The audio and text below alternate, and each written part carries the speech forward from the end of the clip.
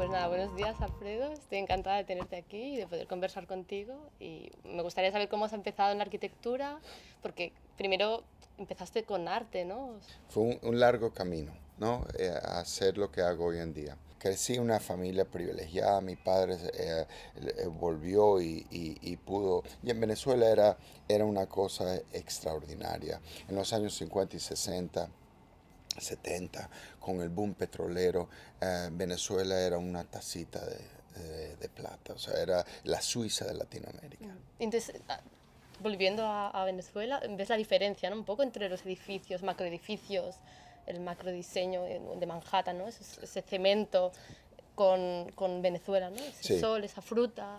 es muy importante lo que dices, porque fue precisamente muchos años después que el tipo de diseño que nosotros elaboramos es precisamente esa combinación.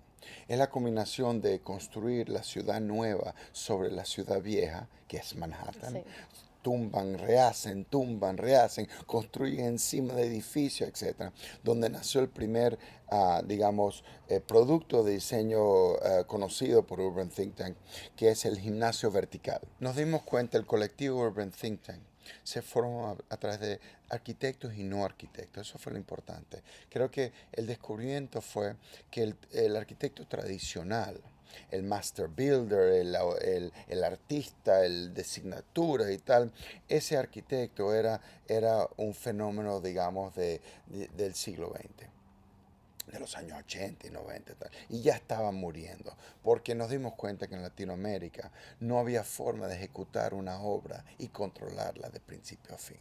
Los materiales, la tecnología no las podíamos importar, toda claro. esa ilusión que teníamos de construir como en Europa, el Bilbao Effect, o sea, el efecto Bilbao de Frank Gehry, Sí. eso era una mentira. Si un edificio o una edificación no la asume la propia sociedad y no la asume la comunidad, entonces el edificio no va a tener vida útil. Muy larga, ¿no? Sí. Entonces empezamos a ver, bueno, cuáles eran las verdaderas necesidades de la sociedad. Y pasamos de no interesarnos más en hacer viviendas de lujo, en hacer, no sé, edificios icónicos, Sí. de plantas repetidas, de fachadas de cristal, aunque las hicimos. Diseño a gran escala, sí. Hicimos todo eso, hoteles 5 estrellas, museos, todo. No las muestro hoy en día porque yo veo eso como del pasado. Pero sí me interesó la teoría del cine, sí me interesó el mise en scène, sí me interesó los jump cuts de Godard, sí me interesó la narrativa, la idea de narrativa. Entonces, eso sí fue muy ¿Y interesante. todo eso lo Entonces, aplicas lo a...? aplico, sí. De hecho, hoy en día tenemos una división bastante fuerte que es de cine. Se llama UTT Films. Y tenemos ahora más de, hoy yo diría como 10 cortometrajes, o sea, documentales sobre distintos cuentos urbanos, lo que llamamos urban stories, que va desde de fish farms, de cultivo de peces en Calcuta, en todas las aguas recuperadas de cloaca de la ciudad de Calcuta. Sí. O sea, que Eh, cuentas siempre historias, ¿no? Reales y Historias reales, reivindicas de alguna sí, manera. pero no del punto del No, no, arquitecto sí. dice, no, no, no, Desde la sociedad. contada desde la sociedad, porque tenemos que realmente aterrizar el diseño Mm. a lo que necesita y lo que quiere y cómo vive la comunidad real. Estamos viviendo en una cosa muy delicada.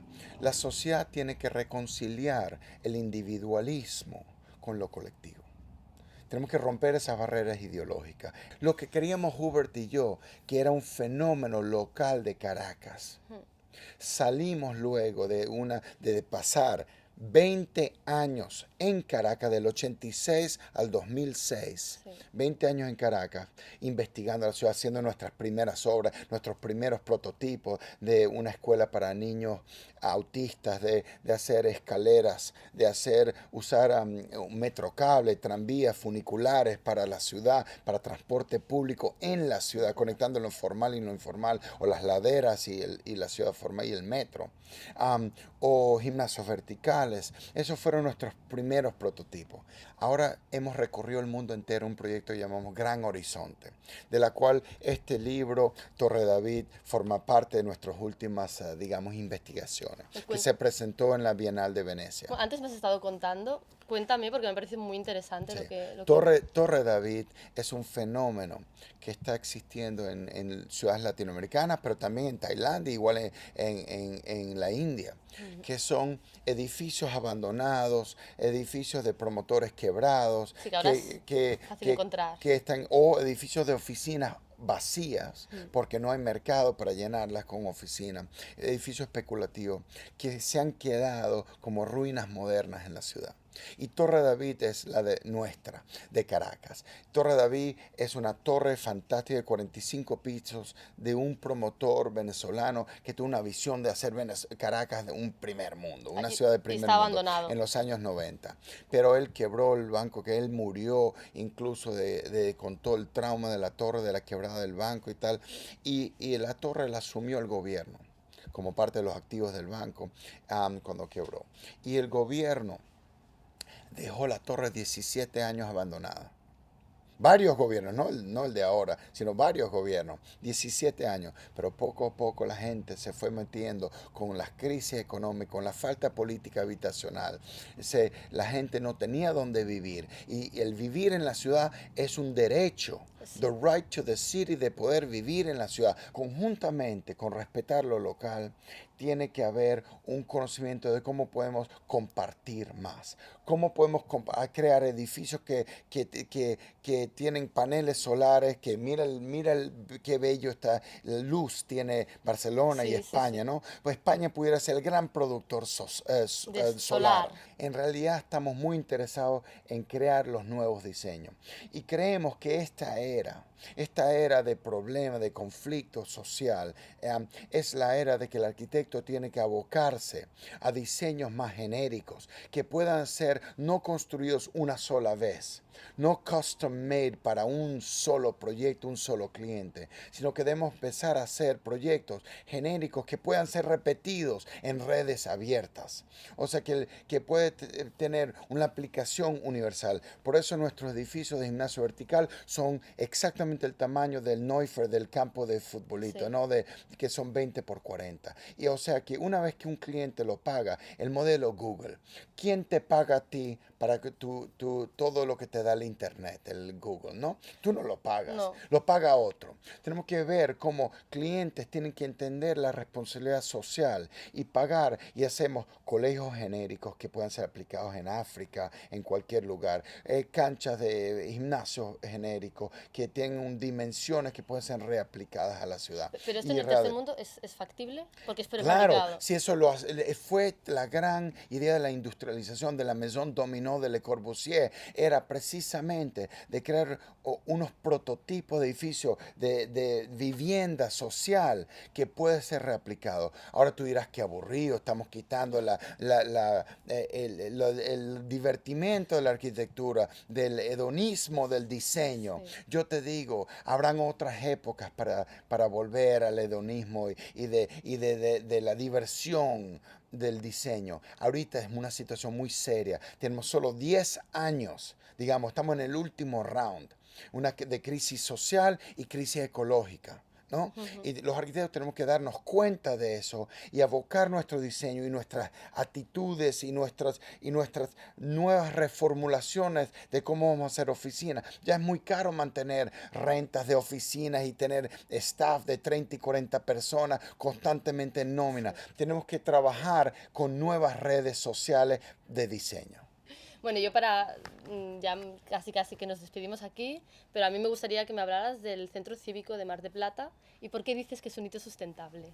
Ajá. El Centro Cívico de Mar del Plata es un ejemplo increíble. El intendente de Mar del Plata en la Argentina tiene una visión fantástica. Y en este proyecto del Mar del Plata, con el banco, con el intendente de Mar del Plata, se ha formulado la visión, el intendente tuvo la visión de mover el ayuntamiento del casco urbano centralizado al casco más pobre de la ciudad, que eran 30% de sus votantes.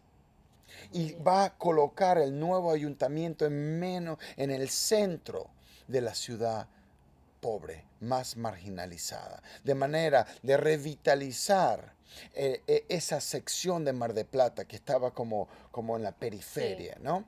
Y eso fue un escándalo, ¿cómo vas a mover el ayuntamiento del centro y tal? Pero la gente está entendiendo que esa es la única manera de revitalizar un casco urbano que no tenía valor de suelo, etcétera. Pero el nuevo centro no es solamente un edificio administrativo, sí, es un centro, digamos, un centro social, o si quieres un centro cultural. Y va a utilizar el paisaje de 4 hectáreas para crear un centro cívico. El edificio administrativo del ayuntamiento es solamente una parte del programa y se está utilizando un parque ecológico donde se va a poner el edificio como parte integral de las tecnologías sustentables. Se va a recuperar agua del subsuelo, se va a utilizar todo el edificio con platabandas verdes y con paneles solares. El edificio va a tratar de ser como un 30% autónomo. Se va a utilizar la escasez como recurso. Va a ser un edificio tipológicamente sencillo, de platabandas de concreto, muy sencilla, pero las alturas y la forma de conectividad entre un departamento del claro, ayuntamiento y otro a través de puentes, muy horizontal y conectado con el paisaje urbano que a través digamos, de ascensores y de escaleras, donde tú vas a poder ir por el parque ecológico, identificar qué departamento de impuestos o de vivienda, etcétera, vas a poder acceder, ¿no? O sea que el paisaje y el edificio van a estar o sea, entonces, completamente integrados. Y dentro de ese paisaje va a haber teatros, va a haber deporte, va a haber plaza cultural, cívica, y creemos que este complejo urbano va a ayudará revitalizar una zona marginalizada. Y esa la totalmente de visión acuerdo. la tuvo el intendente. Totalmente de acuerdo. Bueno, me parece muy interesante todo lo que cuentas. Encantada de que hayas venido Igualmente, ¿eh? y a ver si nos volvemos a ver. Gracias.